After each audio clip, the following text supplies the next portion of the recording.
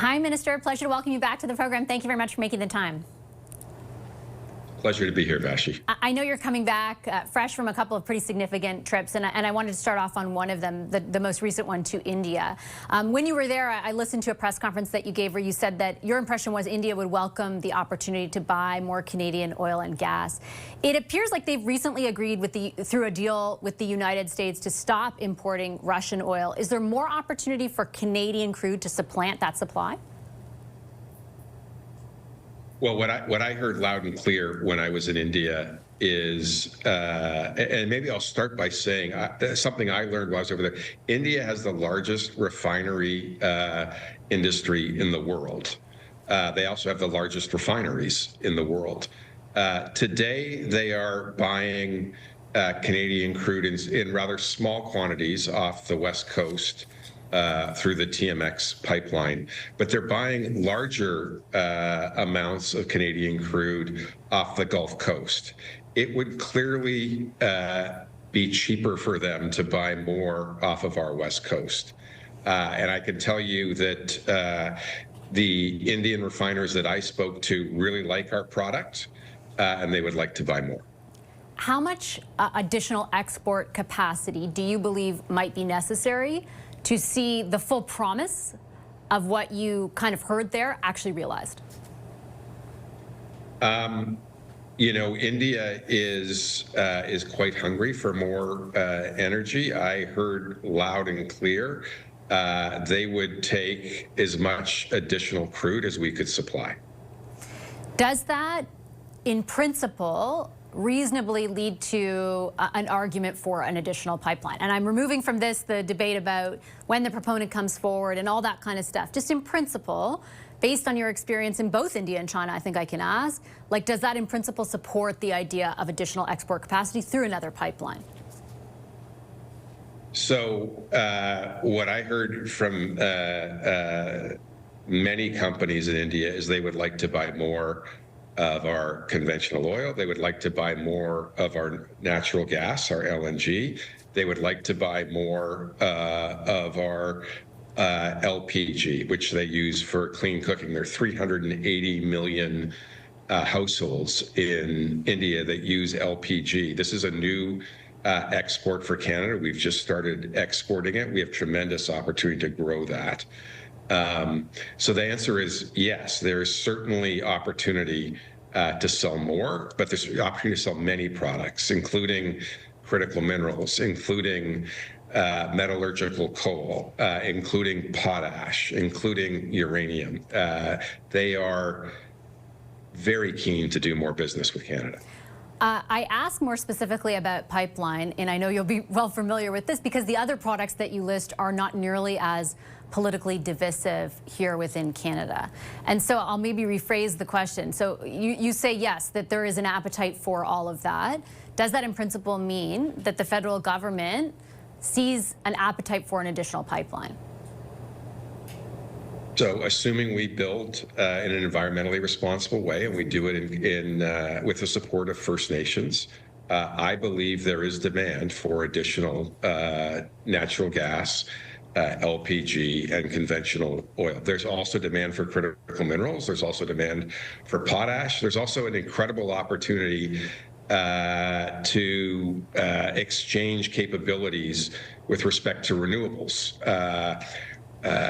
What the Chinese and the Indian are doing in the way of baseload renewables is quite amazing. And we've got some real opportunities to take some of the technology and bring it here to develop our resources. At the same time, they look at many of our clean tech companies, particularly in the area of CCUS, and see a real opportunity to take that technology there. So there's many opportunities for us to work together. And like I said, I take your point on all of that. That's the stuff that's the end half of what you said is the stuff that's very politically palatable, that's easy to find support across the country. The former subject, that of a pipeline, is less so. And I wondered if you could also comment, Minister, on sort of providing investors, potential proponents, let's say, with the level of assuredness that might be required, given all that's going on. And I'll provide you with a few examples that I know you're well aware of, but so that our listeners are as well. We've got opposition from the Premier of British Columbia, perhaps the most punctuated opposition politically. But we also have a number of other factors, including Alberta's Premier Danielle Smith saying that if this doesn't go ahead, it's going to be hugely nationally divisive, a whole bunch of stuff, basically politically. How would you respond to that? So the Prime Minister and the premiers have all been together as recently as last week. We all agree that we need to work together to find ways to grow our economy and do it in a way that is respectful for the environment and do it in partnership with First Nations and Indigenous peoples in general. There's lots of work to do. That's why you've got a team in the federal government, a team in the Alberta government, a team in the British Columbia government working hard to execute against the MOU, the work streams in the MOU. It's going to take lots of work, but this is a great country. And if we all work together, we will find positive paths forward.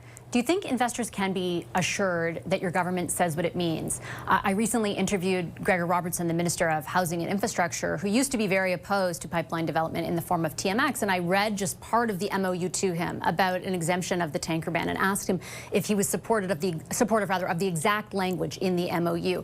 I asked him probably 4 times, and he could not unequivocally say yes, he was. I think it's understandable. I know you're a newer minister. You weren't in the last government, but given the record of the last government, the rhetorical way that they framed this issue, it does feel hard to believe the kinds of things that you're saying the government is now about, given particularly the presence of some of those ministers still around, those people still around the cabinet table. Does your government mean what it says? Like, will you act on that? What our government is committed to is if we build in an environmentally responsible way and we do it in partnership with First Nations, we will have the support, the social license to build. I want to come back to where we are in the world right now. We are, as the Prime Minister said in Davos, we are at a rupture. We are at a time where the trading system that we prospered under for many, many years is gone.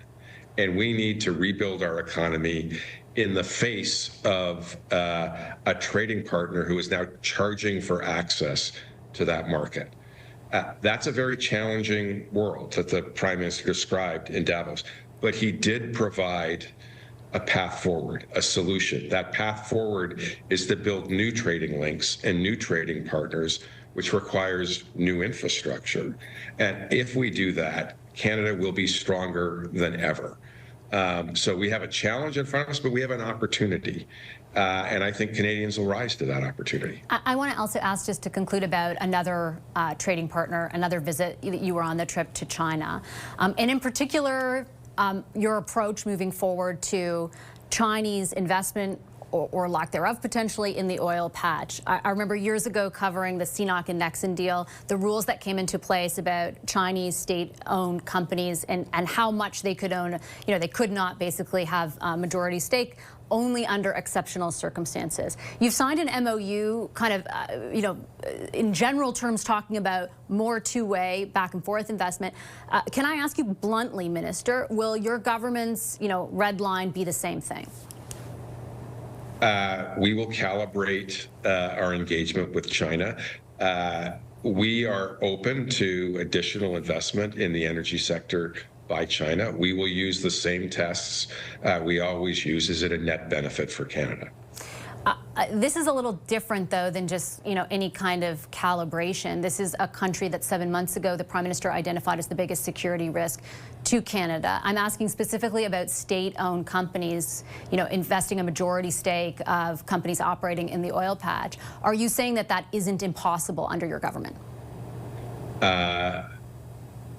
There's a difference between an investment and a majority investment. First of all, I will point out that a Chinese company is a minority investor in LNG Canada 1. And it's done in an appropriate way, and it's a net benefit to Canada. We'll look at each particular situation and decide whether it's a net benefit for Canada. That's why we have the Investment Canada Act. But the rules, I take your point on the difference. The rules as established after CNOC and Nexon were about a majority stake. And there was a very distinct red line drawn. Am I to interpret from what you're saying that you'll instead evaluate things on a case-by-case basis, despite the way that the Prime Minister characterized China just 7 months ago? We will look at every investment from every country against the Investment Canada Act. We will accept investments that are a net benefit to Canada. Okay, I'm going to leave it on that note. Appreciate your time as always, Minister. Thank you so much. Thank you. Take care.